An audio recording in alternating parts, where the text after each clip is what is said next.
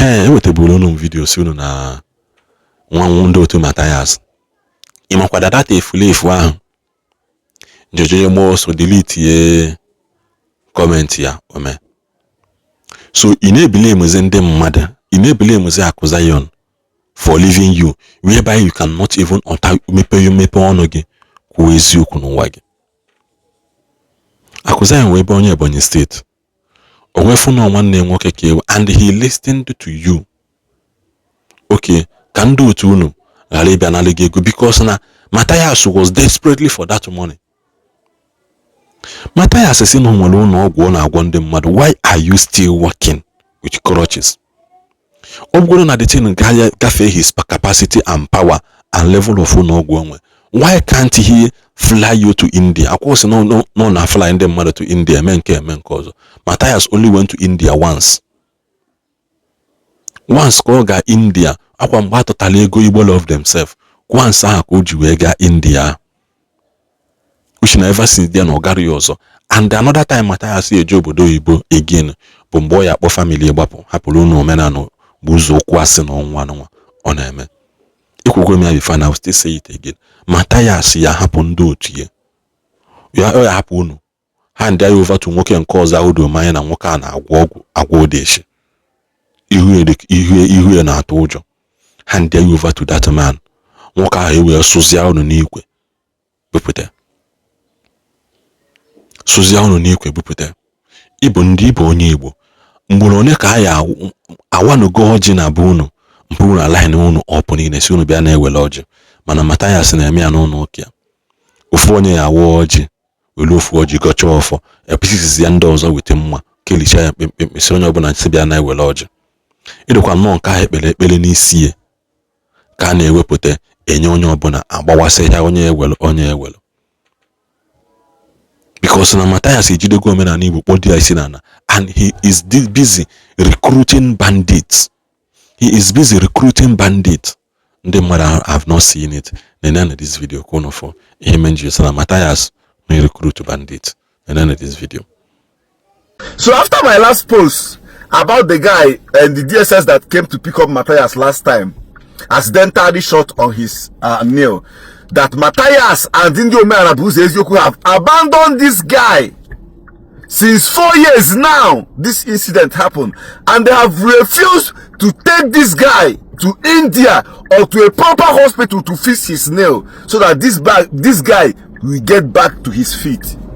The financial secretary of Omeanabuze Ezioku, with the anger on his voice, responded to me, and I said, he sent this message, this comment on that post I made. His name is Tochukwu Ohanehi. I don't know if I murdered the last name. He said, what type of human being are you?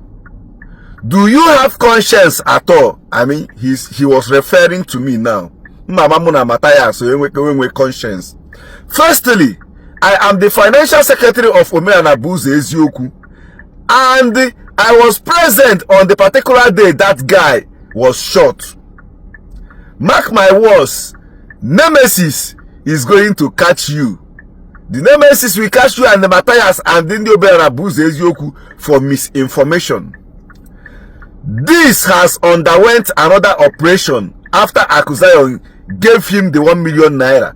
More than $500,000 naira spent, and up till now, Omenana lash sheep, whatever. Omeanabuze Ezioku is paying the house rent, hospital bills, feeding bills up till now. Mba, oh my, I better put you on.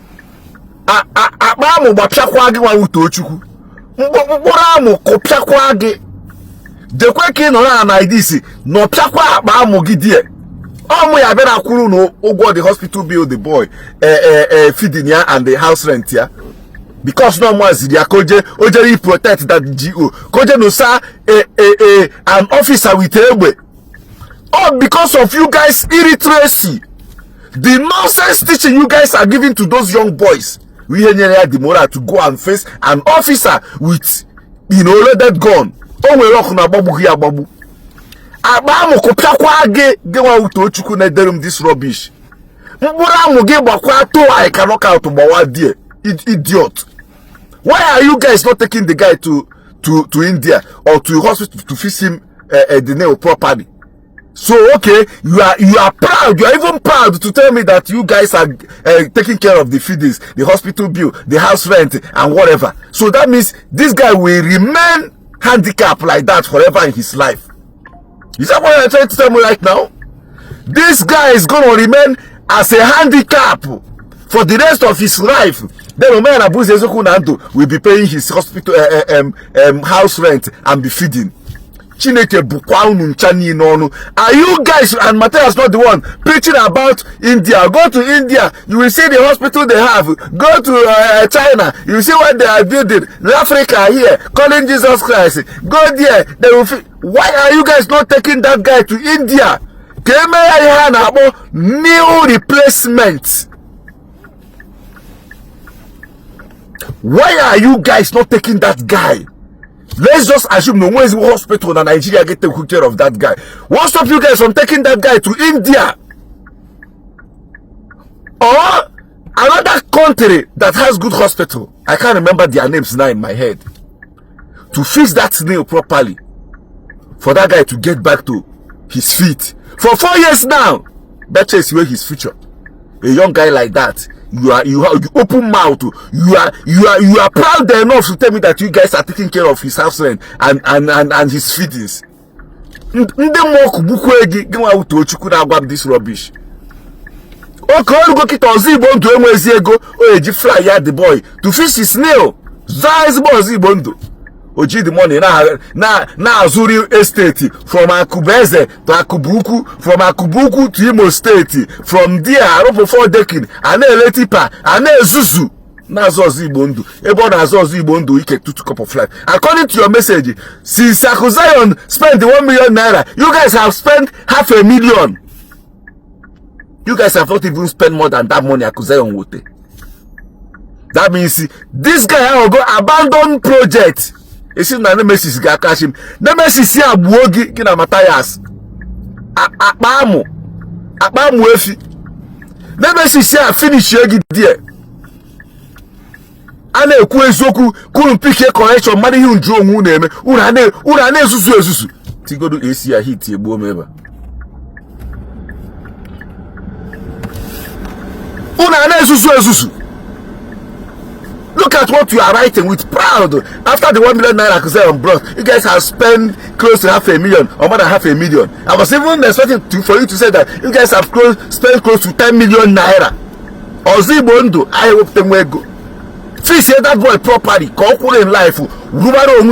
That's also his hustle.